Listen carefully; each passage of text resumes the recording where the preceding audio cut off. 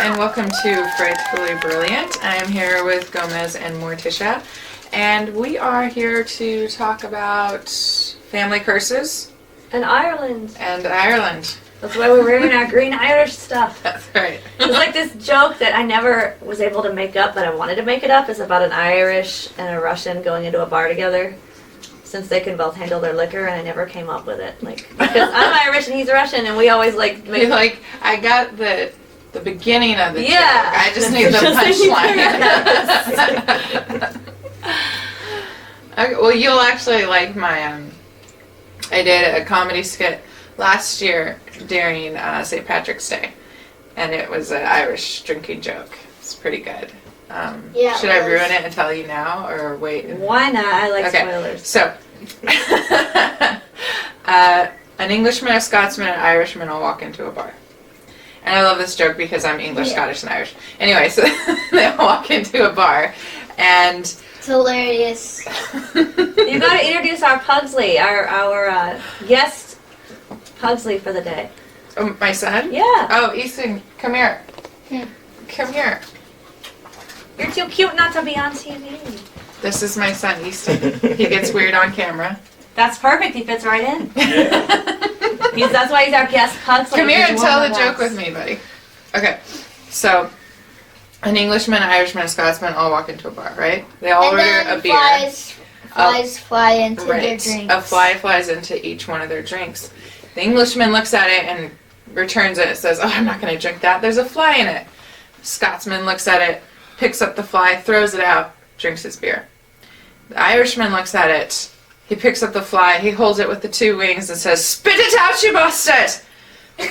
And then drinks his beer. And then Renfield comes and eats all the flies. Yeah. Yes, a fly just randomly bounced in and eat all the flies. So that's my kid. He's all right. adorable. Okay. So, moving along, we'll just start off with the part of the story I left off with last week, right? Where were we? We were at, with the incubus, right? And so I talked to a near-death experience woman, and she, released it from me after the Catholic Church couldn't help me out. Or they could, but I had to wait, 4 months or whatever it was.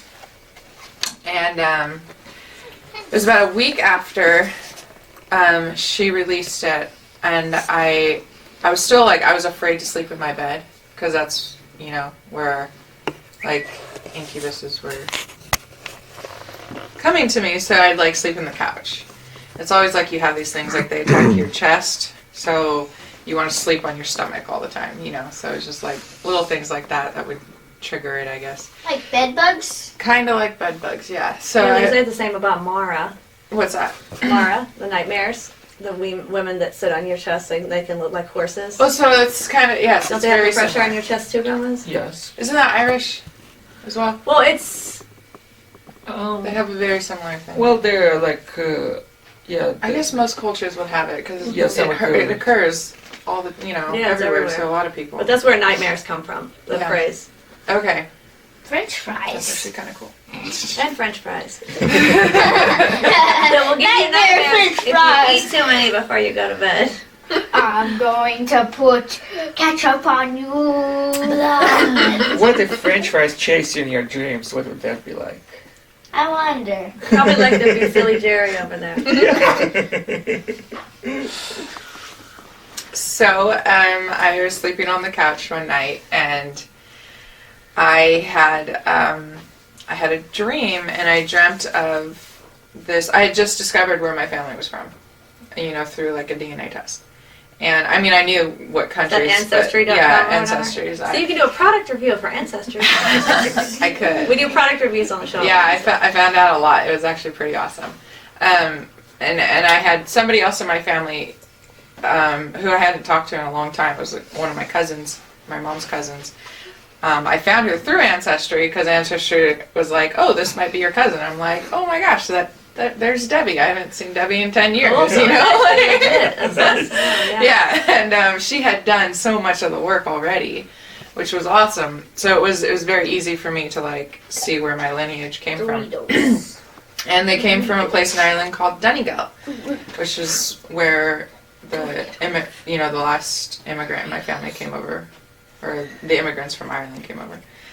And so I was looking at Donegal, and I was like, my mom had always said that there was a family curse, which is for the Irishmen in my family. There's a strange amount of murders and deaths of all of the McLaughlin men, really young, and a lot of them before they could even have kids. So the McLaughlin name kind of died off. I have two brothers.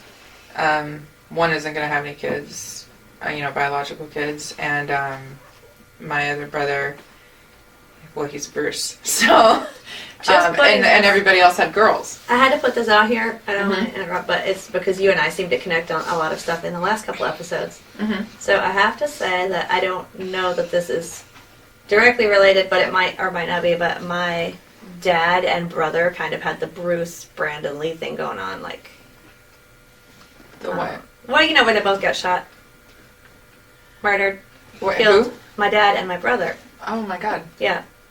I mean, it's just kind of like going with what you said about the men and the deaths and whatnot. Oh, right, the McLaughlins. Yeah. So just... That's nuts. I'm Yeah. sorry. Yeah, me too. Just similarity. There's Not a cool one, but There's I- a story there. Yeah, creepy. I was like, dude, Bruce and Brandon Lee, not cool. Oh my God. Yeah. So I knew there was this curse, and I had all my mom's journals from. My mom was a writer, so she journaled everything. And I had found her journal she had when she was in Ireland, and she wrote about this, trying to release it, and going back to Ireland to release this curse that followed the men over to America.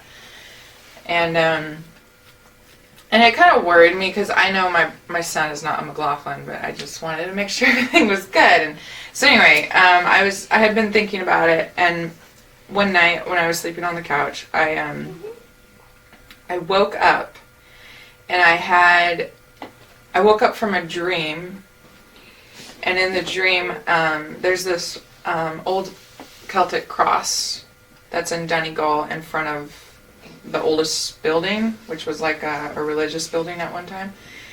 I don't want to call it a church, but it was church-like. And so in front of it, they put this Celtic cross, and this Celtic cross was from 300 A.D. So it was like, when Catholicism had first come over, really, to Ireland. And it... Oh, honey. Can you go sit down for a second while I tell the story? Thank you. Let's see. Celtic cross. Yeah. Sorry. So, I was dancing in a circle with a bunch of other women, in front of this cross, and I woke up, and I couldn't, it wasn't so much that, I didn't recognize my house. I didn't recognize anything in it. But the weird thing was not just that, it was, I didn't know what time I was in. Like, I didn't feel like I was in the present time. I felt like I was in a time long ago. And I looked down, and my son was sleeping with me on the couch, and when I saw him, that's when, I came back to, everything came back to me. Like I had forgotten everything about my life and where and what time I was in. And then as soon as I saw Easton, who is something that grounds me, everything came back. So that was, and I felt drunk, I felt dizzy, like everything was spinning, but I hadn't drank in over a week, and I just, it must have been some good stuff. It was a very strange feeling, and then I called my friend once again, who, you know, the same woman who told me all the prayers that my mother said about me, you know, were still in effect, and I told her, and she's like, Megan, it sounds like you traveled back to, you know, like DNA memory or family, you know, a memory from a long time ago. And that wasn't so much yours, but still a part of your ancestry, your family. And I had told her about the curse that my mom always told me about, and she said, well, maybe you need to go there and do it. And she's like, can you go right away? Like, when can you go? And I was like, well, I can go when my son's gone, and you know, with his dad for the winter. And so as soon as he went to his dad's, I hopped on a plane to Ireland. Well, it's England and Scotland and then Ireland, but you did that with Salem too. I think it's so cool that you get to travel to where your family. I like that. That's awesome. Yes, it is. I really had, last year was really like a search for my ancestry type of year. That's so cool. Yeah. So I go to Ireland, and the priest that I had worked with, he gave me a book of like really ancient prayers, and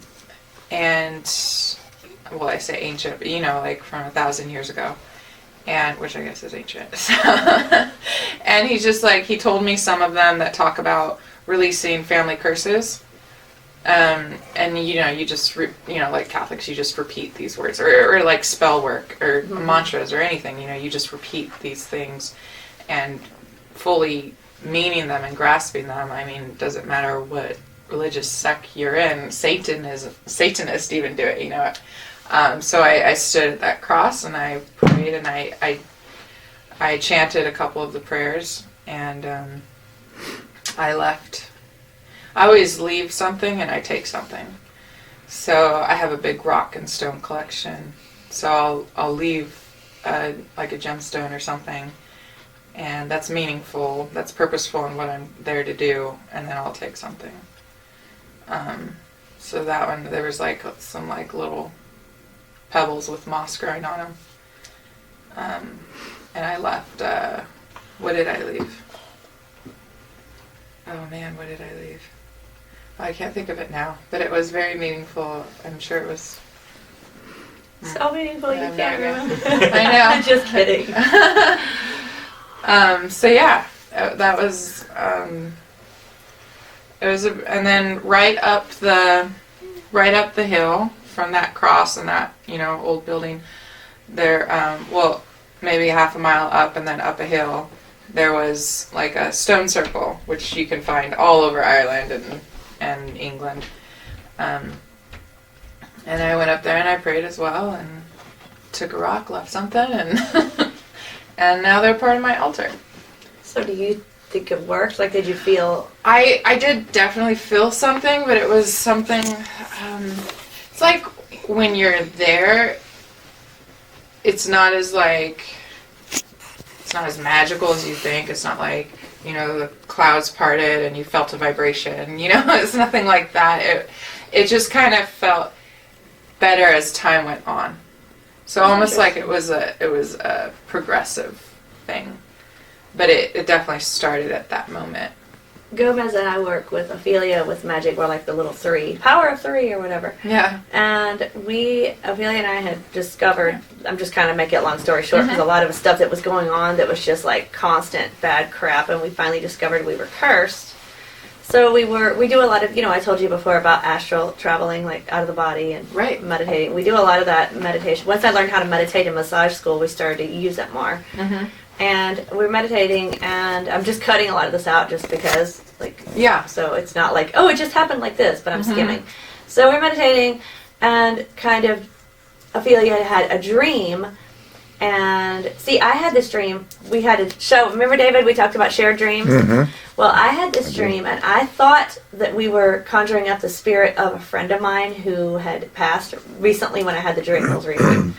But in the dream, it was like, oh no, like I felt like we meant to call him and somebody else came instead. And it was like, oh no, oh F word. You know, just that kind of feeling. Oh crap. And you feel it coming and it's worse and worse. You know what I'm saying? Like it's getting closer and closer. Yeah. And I'm like, okay, this isn't a good idea. Oh no, ow. And then I woke up and went, okay, I'm never going to try to talk to my friend's spirit ever. Because that wasn't, you know, him, and it didn't end up, so I hear the message in the dream, like, don't do that, right? Yeah. So good, I heard you, not going to do it, done. And then like 5 years later, Ophelia and I, we went to sleep, we were reading this book, and we fell asleep on her bed reading this book. And she woke up yelling the, oh no, F, just like in my dream. Like yelling. And I'm like, what? And she told me, like, I had this dream, and we were in the living room, and it was dark, and it was carpet, and we were doing something, and then she described the same dream. And I said, oh crap, I had that dream 5 years ago, and I said, I thought we were conjuring up so-and-so friend, but I guess we weren't. And then we discovered that through meditations, again, that it had to do with the curse, that, you know, just everything was constantly going wrong with us for years. Like, just anything that can go wrong. Murphy's Law, but years of this. Right. Like, everything was harder. Everything was a fight, a struggle to get anything done, to move, to have a business venture. Several bands I had broke up. Just stupid stuff, but all the time. You know what I mean? Like, just all the time. And same for her, and same for him. We were all dealing with it. And we didn't even know each other yet. But when we connected, we called it the it's me theory. Like, if it can happen, it's me. Like, of course it did, it's me. Yeah. So and then we were joking about being cursed, and we found out we really were. It was so bad that we kind of came up with this thing, comedy again, so you don't lose your mind, called the denial theory. So that means when something bad happened, we would say we liked it as a joke. Like, you know, yeah, I was stuck in Walmart for two hours because my ride didn't come. Yeah, I liked it. Or, you know, yeah, we had this band gig and the drummer did not come, so we were stranded playing without a drummer. Yeah, we liked it. Like, it was so awesome. We loved it. And it was like, obviously we didn't, but you can laugh about it because it's ridiculous to say you like it, so then you're laughing. Like, that's how bad it was that we had to develop this theory to cope with it, of a joke all the time.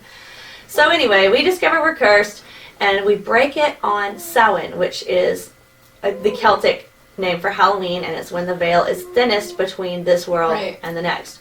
And we discovered that we had basically, all three of us in a past life, I think it was probably in Rome or somewhere similar, we all did something, I don't know what, but we weren't always nice people. You know, in each life you live and you learn, and you're all kinds of people, you know, like you learn all sides of the coin. Animals. Yeah, you're everything. But we weren't nice, we did something we weren't supposed to do, and we let this guy take the fall for it. And this I don't really remember, so I'm kind of being sketchy on that on purpose. I don't remember. Yeah. It wasn't relevant. It was just that we thought we could get away with this. We thought we needed to do it, or we should have it, or whatever, and it didn't work. We got caught. We let this guy take the fall. Wow. And so he cursed us for that. And it wasn't a family curse. It was just the three of us cursed where everything was going to be hard. And so what we did was we astral projected out of our body on Samhain when the veil is thinnest. It's easier to do that. And we went to him and said, hey, please make it stop. We're sorry. We are really sorry. We shouldn't have done that. And we know this now, and we're not just saying it so it'll stop. We're really sorry. That wasn't cool, and I don't blame you. And, you know, we would have reacted the same way. That's just not cool. We are wiser and older now, and, you know, what can we do to make recompense?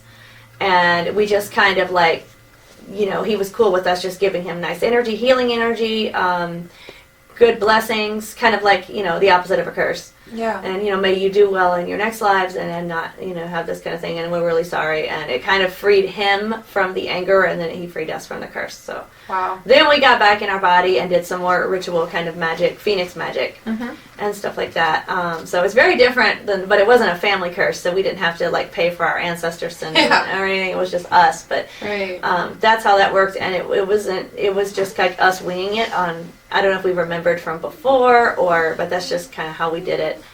And it did get a lot better. I mean, life isn't roses, but it was a lot better than it was. So, and then I just kind of had to link to him where he was, because he was overseas at the time in Israel, and like, just did it for him because he was not here. So, luckily the guy accepted it for all of us, and it was cool. Oh, that's amazing. But it was me and Ophelia that had to do it. And we just crashed afterward. You think, oh, that wasn't too hard, and then you like sleep for a day. It sucks the energy out of you completely. Oh yeah. But I was like, we did it. So that did feel like this triumph, and I was like crying just at the end, just like. Right. But it was like a release. It was just like. I got really, really sick after mine. Like, like in bed for 3 days. Ooh, maybe all the toxins of the I don't know. family It was just build up, a came out. bad flu, and I this Irish family totally took me in, and they just took care of me for 3 days. That while I was was nice. recovering. It was the weirdest thing ever. I heard how nice Irish people Oh are my from gosh. other people that went over there. Like They just let me stay in their guest bedroom, and they check on me and like make me tea and hottie toddies, because their remedy is always alcohol in them. Yeah. We're good with that. We've done that during the flu too. Yeah. What was it, s'mores vodka, Gomez? Yeah. It's they do port and sherry.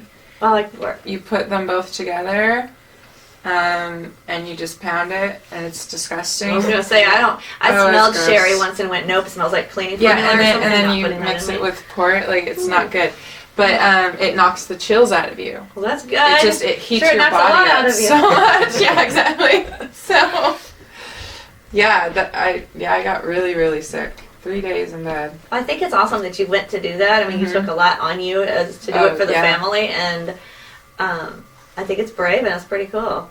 Yeah, it was just one of those things that I don't even feel like I had a choice, and I had just got money that was paid back to me, and it happened when I couldn't afford that trip, within a month, so, and then all of a sudden I received this money, and I was like, okay, well, this is the universe working with me. It's meant to be, yeah. So I got a plane ticket and went over.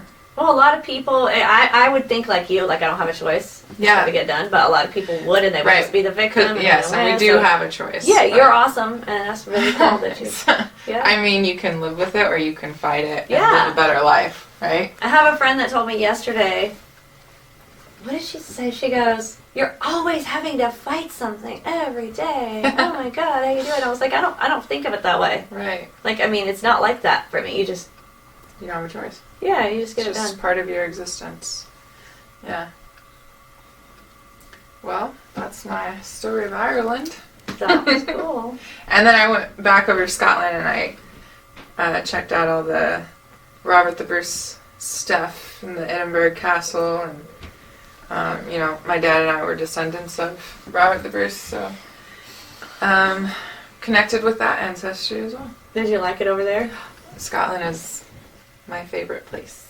Even over Ireland? Yes. Were they as Actually, nice? I don't like it. It would be hard to choose. I think I liked. I don't even want to say I liked the Irish people better, because Scots were so inviting to me as well.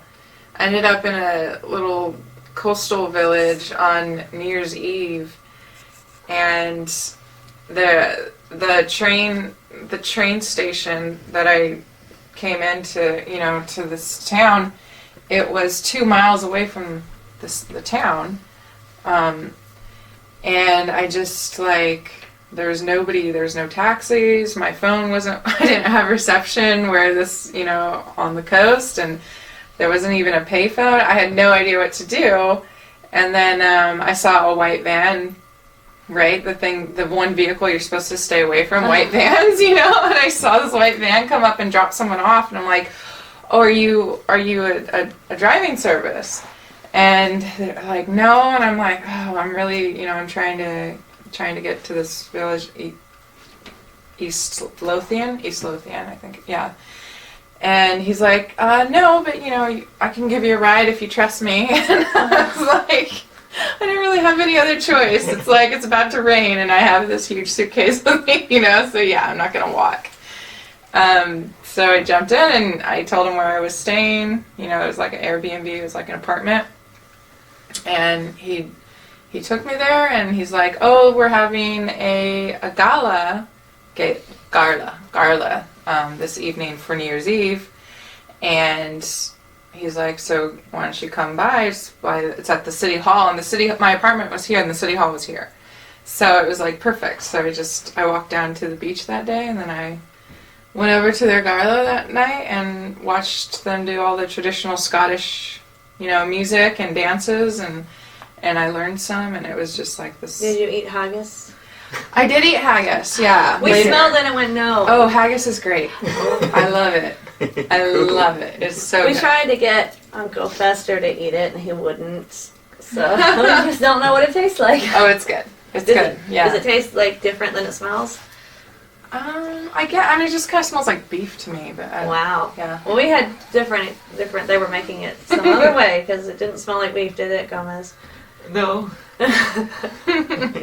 Well, yeah, no, I loved it.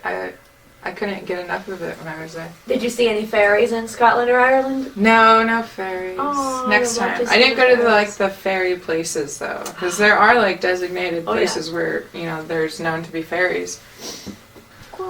Well, it was just interesting to read about those curses that were in history, mythological and stuff like that. So I was reading up on different invasions and how the Milesians were the last to invade Ireland. And interesting that all of their names seem to start with Mac, usually by tradition. Yeah. So you mentioned McLaughlin, and I started thinking, They're all Max, son of, it means. yeah, Right. but the idea was that they were the ones that banished the Tuatha De Danann, that some people consider the fairy people too, so... So you think all the Macs carry the curse for banishing the fairies? I'm thinking that never know like where it comes from, like who cast the curse first, but if somebody banished it, Interesting. yeah. Interesting. Well, my mom was, she wrote a lot about the fairies in her journals. She said she saw them. So, I mean, it's possible if there's more of a connection with the McLaughlins and the fairies. I mean, I've never heard of that. I would love to read about that, actually. That's super interesting. He can send you a link, right? Yeah, that'd be great. And that dizzying feeling also was interesting for me because it reminded me of one that I experienced, not in the same exact context, but it was when I had a sort of a visitation by an entity that was friendly. Is that the fairy Oberon? Yeah, that's the one that I associate with him. I don't know what other people would call him, but that was just my association. And where he took me somewhere, or so it felt at least. But the point was that I experienced that kind of a dizzy disorientation type of thing, where I felt like I was somewhere else too. It wasn't back in time, it was in a different setting, in a different place, but still it's interesting if maybe being able to be transferred creates that kind of an effect. Huh. So, Yeah. Oh, well, I think it does, for sure. yeah. Shared experiences and all. Yes. Yeah. I was actually reading about all these mythical creatures. I was telling my son yesterday about the Scottish sea creature, the silky. Silkies, yeah. And he said, we were going to the beach yesterday. We went to Crescent City. And he's like, Mom, did you notice my skin? I put my seal skin on today. So he can get wet. 'Cause he can transform into animals, So I was like, oh yeah, I see that you have your silky on. And then I told him about, what the Scottish believe about the silkies. Usually it's beautiful women that come out of the seal skin, right? And Or men- hot guys. Yes, I did. I read about that. I'd never heard about that part of it. Oh yeah, so I read about the men first, actually. Yeah, it seemed pretty interesting. 7 tiers into the ocean, and they can come to you, but they I said always want to go back to the ocean. right. So I was telling him about the silkies, and we get to the beach, and he stops, and he like yells. I'm like, what? And I look, and what I thought and looked like a log, it was a dead seal Whoa. that had washed up. Wow. And like the whole ride there, I was talking to him about silkies. It was just Well, that fits perfectly into our strange, themes. huh?